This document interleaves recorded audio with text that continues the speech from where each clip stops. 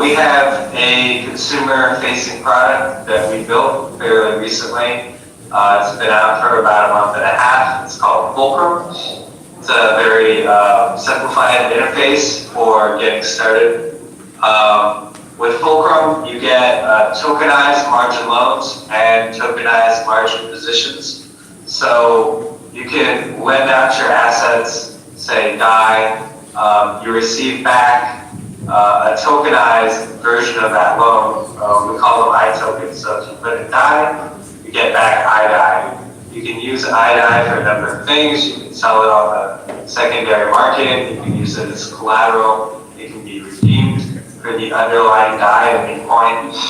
Then you get P tokens, which represent your position. So if you wanted to go 2 times long on ETH, you go ahead and buy the 2 times long ETH P token, and that P token's price will vary as if you had twice as much Ethereum. So it'll double your leverage. So we have a variety of P tokens. So these are the interfaces. You can see at the top here is a lending interface. At the bottom here is the trading interface. We don't charge any fees for Fulcrum. You don't have to make any accounts. And doing everything is just about 3 clicks. So the way Fulcrum works is you have assets, they're placed into pools. The pools automatically adjust upwards or downwards your interest rates depending on the supply and demand at any given time. Traders, they borrow against those pools. So say you want to take out a leverage position on ETH, you borrow from DAI, you swap that DAI into ETH, and you now have your leverage position. The third are the liquidators. So if a position is going under margin maintenance, there's not enough, it looks like the collateral is not going to be enough to pay back the loan, we leave a 15% buffer. And at that point, we allow margin callers to call into our contracts and execute a forced closure of the position. So liquidators earn a very small reward. They're compensated about twice as much as the gas that they put in.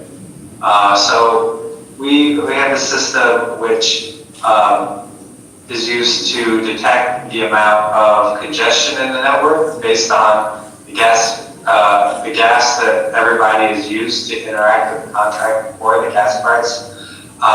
So we use that to estimate payout. So here's basically lending in action. So you see, you hit lend, you put in the amount you want to lend, you hit submit, and then you accept the MetaMask transaction, and that's it. So in this example, I'm lending out my ETH. I lended out 0.2 of it. I submitted it. I accepted it. And now I have iETH in my wallet. I can do all kinds of things with iETH. So the lending process is super simple, super easy to understand. And this is the GIF of the trading process. So say I wanted to get 2 times leveraged short on ETH, or 2 times leverage short on ETH. So I just hit the 2 times. I hit buy, I put in the amount, so I put in 0.2 worth, that means I'm getting 0.4 worth of short Ethereum exposure. And that's it, that's the entire buying process of the P tokens. So once you hit accept, and then you confirm the MetaMask transaction, that's it, you're in your position, and now what you purchased will vary 2 times short with Ethereum in the case of what I bought here. So why should you trade on Fulcrum? What are the big advantages? So as we said, there's no trading fees, there's no accounts, When you're liquidated, you're not liquidated fully, so we partially deleverage you. So we take your margin maintenance from 15%, we liquidate some of the collateral, bring it up to about 25%, and then the position keeps going from there. So when you do get liquidated, it's not a total wipeout, and there's no liquidation penalties. Most DeFi platforms have some kind of liquidation penalty. So like if you are using MakerDAO for your loan, there will be a 5% liquidation penalty.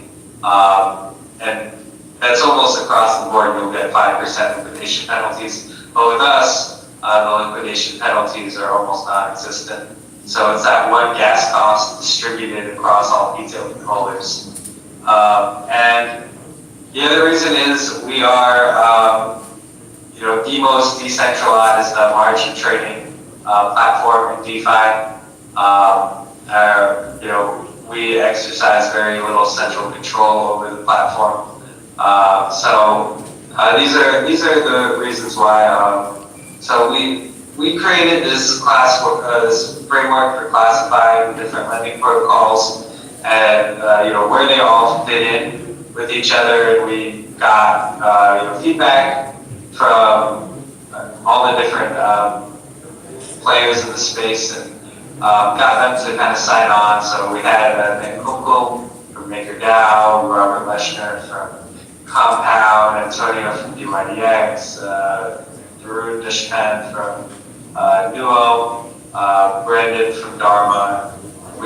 We contributed to this document where we tried to figure out like where do we all fit, and so you can kind of see each different piece of functionality of the protocols are kind of broken out here. Like how does the custody work? Where do the price feeds come from? How are the margin calls initiated? Where's the liquidity from that come? How are the interest rates determined? And who's developing the platform? And all of the platforms are being developed by some company at this point, and so none of them are truly decentralized.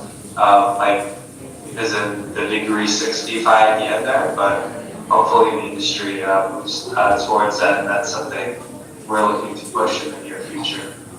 So, that's Fulcrum. I'm Kyle. Be happy to answer any questions you guys have. So we've got one question saying, how do you decide which tokens to offer on your lending platform?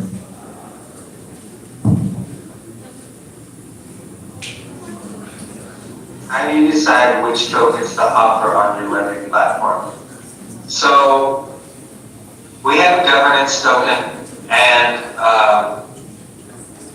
we are going to be launching that, which will let people vote on which tokens to offer on the lending platform. Right now, we are kind of whitelisting those based on type of liquidity. So we're looking at which reserves have the greatest liquidity. Since we have a insurance pool that covers certain assets, we need to make sure that the assets that are covered are unlikely to trigger payouts from the insurance fund because they have sufficient liquidity. So essentially, we looked at kind of most liquid assets. All right, we got one more question, which is, do you feel like the average user makes money or lose money on your platform? Well, certainly the average lender makes money on the platform.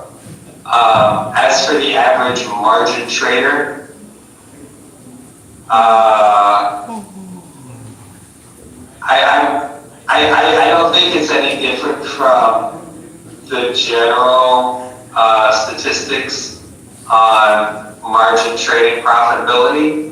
So depending on why you're margin trading, that can be a big impact. So if you're like a market maker hedging your inventory risk, yeah, this is going to be a value add for you. You're going to gain alpha. If you're just making wild speculative bets directionally on the market, well, probably not if the market's efficient. So should average out that all the margin traders plus fees are going to kind of and when we say fees, so we don't charge any fees, but because we do use Kyber Liquidity, Kyber has a trading fee, and then there's gas costs. So between those two, if the market is perfectly efficient, probably the average trader would lose. That is so that's just a general case of trading that. Alright, so this will be the last remark from Kyle. All right. Well, thank you guys for watching the presentation. Appreciate your questions. Come check out our site. If you have any questions, any further questions, come check us out in our Discord. Come to our website. Use the product. Let us know what you think. We're constantly iterating it and trying to improve it. All right, thank you. Thank you so much. This is a sensational type of presentation from the different